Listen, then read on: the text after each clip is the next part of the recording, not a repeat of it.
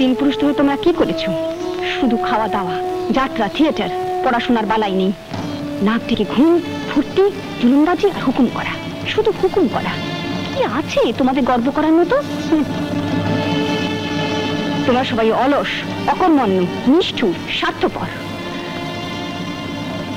তোমরা জানো না লক্ষ্মী বন্দি না, কর্মই লক্ষ্মী।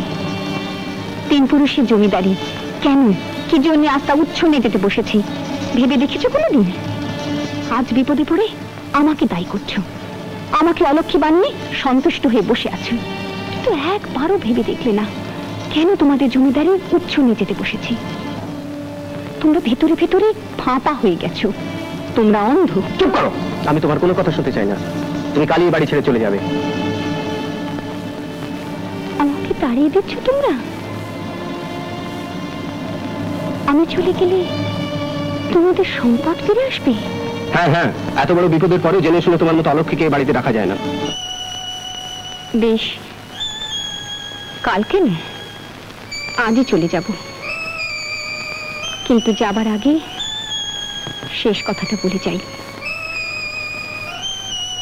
তোমাদের দেখে আমার করুণা হয়, করুণা।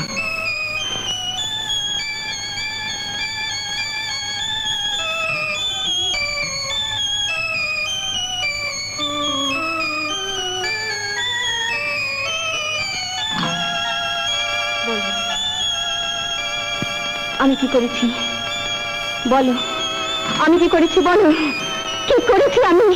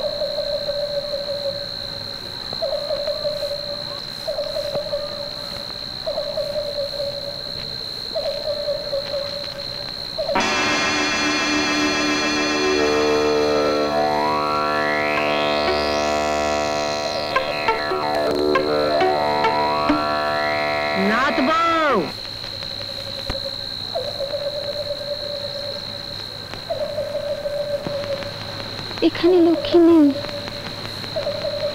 কিচ্ছু নেই, আছে শুধু একটা কঙ্কাল। বিশ্বাস করুন, একটা কঙ্কাল। এ বাড়ির আইন ভাঙলে তার শাস্তি কি জানো? মৃত্যু। হ্যাঁ হ্যাঁ, মৃত্যু। আমি মরলে যদি রায়বাড়ি বাঁচে তাহলে আমি 1000 বার মরতে রাজি আছি, কিন্তু আমি বললে তো রায়বাড়ি বাঁচবে না। জানি তুমি অন্ধ, তাই শুধু কঙ্কালটাই দেখেছ, লক্ষ্মীকে দেখতে পাওনি।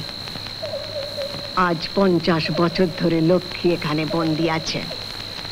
রায়বাড়িকে আগলে রেখে দিয়েছেন। 50 বছর ধরে মা লক্ষ্মী এইখানে বাঁধা, রায়বাড়িকে তিনি আগলে রেখে দিয়েছেন। আর আজ তুমি তাকে